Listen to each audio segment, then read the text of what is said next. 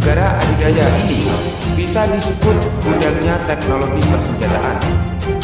Kemudian selain Amerika ada Rusia yang terus berusaha menyaingi alutsista canggih Amerika.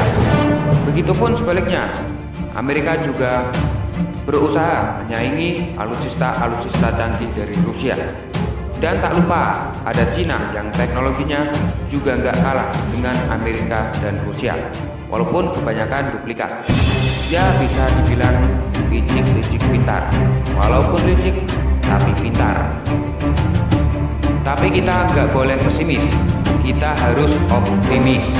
Karena salah satu perusahaan badan usaha milik negara atau BUMN, yakni Perindustrian Angkatan Darat atau Pindad, ternyata pernah mengekspor amunisi kaliber kecil yaitu 5,56 mm ke Amerika Serikat. Dan amunisi ini juga terus-terusan diekspor ke Singapura dan Thailand. Amunisi Pindad sudah memenuhi standar NATO dan dipastikan produk-produk Pindad adalah produk dengan kualitas tingkat dunia. Sampai Amerika yang kelihatannya preman dari segala preman pernah memesannya. Suatu negara akan diberi sanksi, baik itu sanksi ekonomi maupun sanksi teknologi oleh Amerika Serikat jika membeli peralatan persenjataan dari Rusia dan juga dari Cina. Itulah betapa egoismenya sang penguasa teknologi militer Amerika Serikat. Namun Amerika malah pernah membeli amunisi senjata dari Rusia. Nah, ini aneh sekali nih. Aneh sekali. Alasannya karena Angkatan Darat Amerika kekurangan amunisi spesifik. Walaupun Amerika berkata bahwa negaranya sangat bisa memenuhi kebutuhan amunisi, tapi Amerika ingin menambah amunisi non-NATO. Jika kita membicarakan soal buatan Pindad, maka bisa dikatakan yang paling laris adalah Panzer Anoa. Panzer Anoa ini sudah diekspor ke berbagai negara seperti Oman dan tak lupa ke Malaysia. Lalu apa sih kelebihan Panzer ini? Kelebihannya mampu bergerak di jalan aspal dan medan off-road dan pernah menjajal tanjakan dengan kemiringan 60 derajat. Kalau cuma jago di jalan aspal dan di medan off-road, motor Suprafitmu pun bisa. Tapi bedanya, Panzer Anoa dibekali dengan persenjataan mematikan. Persenjataan mematikan ini sangat mematikan apabila ditembakkan ke seseorang. Rompi anti peluru milik personel militer marinir Amerika Serikat sudah sangat terkenal dengan keamanannya. Intinya rompinya sulit ditembus. Namun hal itu kayaknya tidak berlaku dengan senjata-senjata buatan Pindad, yakni senapan serbu 1 dan senapan serbu 2 atau disingkat SS1 dan SS2. Karena diklaim senjata ini kualitasnya sudah mendunia. Kelebihannya memiliki desain yang lebih ergonomis, tahan terhadap kelembaban tinggi, lebih ringan, serta akurasinya lebih baik. Dan suatu senapan yang paling penting akurasinya sangat baik. Kalau ada masalah di akurasi, tadinya mau nembak ayam, malah nembak bulu jempol itu, kan bahaya.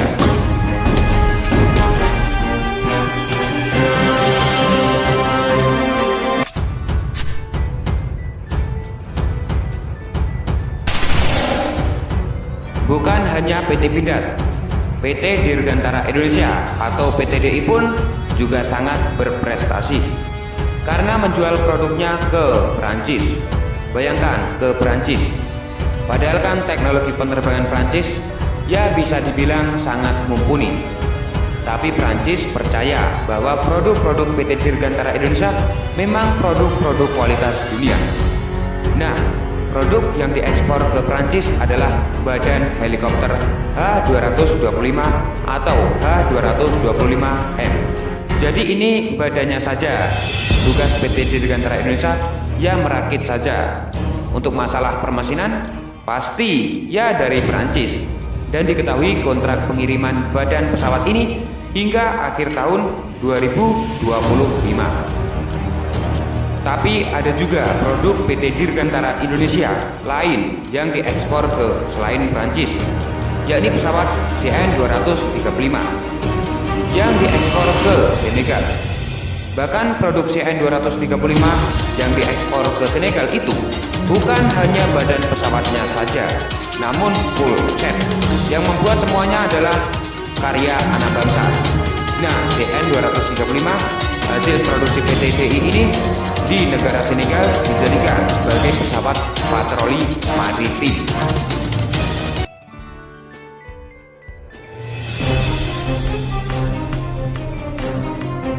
Membahas tentang PT Pindad dan PT Dirgantara Indonesia tak lengkap rasanya bila tidak membahas PT PAL Indonesia. Karena PT PAL Indonesia juga berhasil mengekspor 2 kapal perang ke Filipina, dan ini terjadi di tahun 2018. Kapal perang yang diekspor ke Filipina adalah jenis kapal perang Leading Platform Dock atau LPD. Sepanjangnya adalah 143 meter dengan harga yang lumayan lah, 43 juta US dollar atau 626,24 miliar. Kapal ini bisa bertahan selama 30 hari di lautan. Produk PT PAL Indonesia bisa dikatakan produk bukan kaleng-kaleng, karena sejauh ini PT PAL telah mengekspor produknya ke berbagai negara, mulai dari Afrika, Timur Tengah, dan tak lupa Asia Tenggara. Selain Filipina, ada negara di Asia Tenggara yang tertarik untuk membeli kapal LPD buatan PT PAL, yakni Brunei, Malaysia, dan Thailand. Tapi sayangnya, saat ini PT PAL sulit menembus pasar Eropa untuk menjual produksinya. Alasannya ya cukup simpel, karena teknologi milik Eropa jauh lebih mumpuni. Oleh karena itu, Indonesia menggandeng Eropa untuk meningkatkan kualitas kapal perang buatan di negeri ini sendiri. Kita kembali ke PT Pindad lagi. Nah, senjata Pindad memang patut dibanggakan, karena Australia dan Amerika Serikat pun sampai terheran-heran. Hal itu terjadi ketika Amerika Serikat dan Australia kalah pada lomba tembak dengan Indonesia di AASAM yang digelar di Australia, dan Indonesia menjadi juara umum.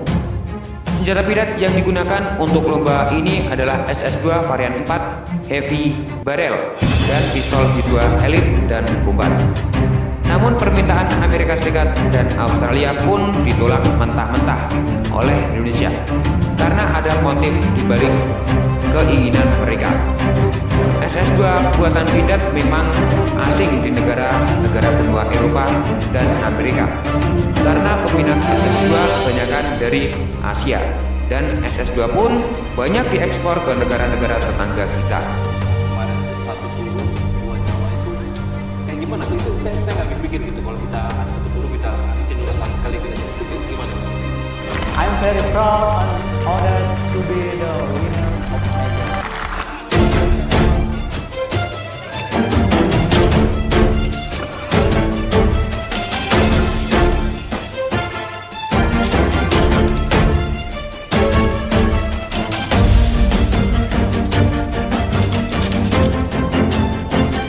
Sebenarnya ada banyak sekali produk-produk senjata buatan Indonesia yang laris di pasaran.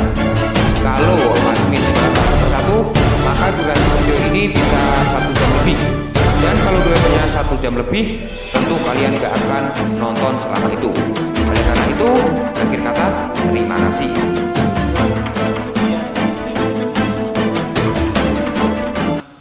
Nah, kita dikasih waktu itu, kita tunggu sampai pas.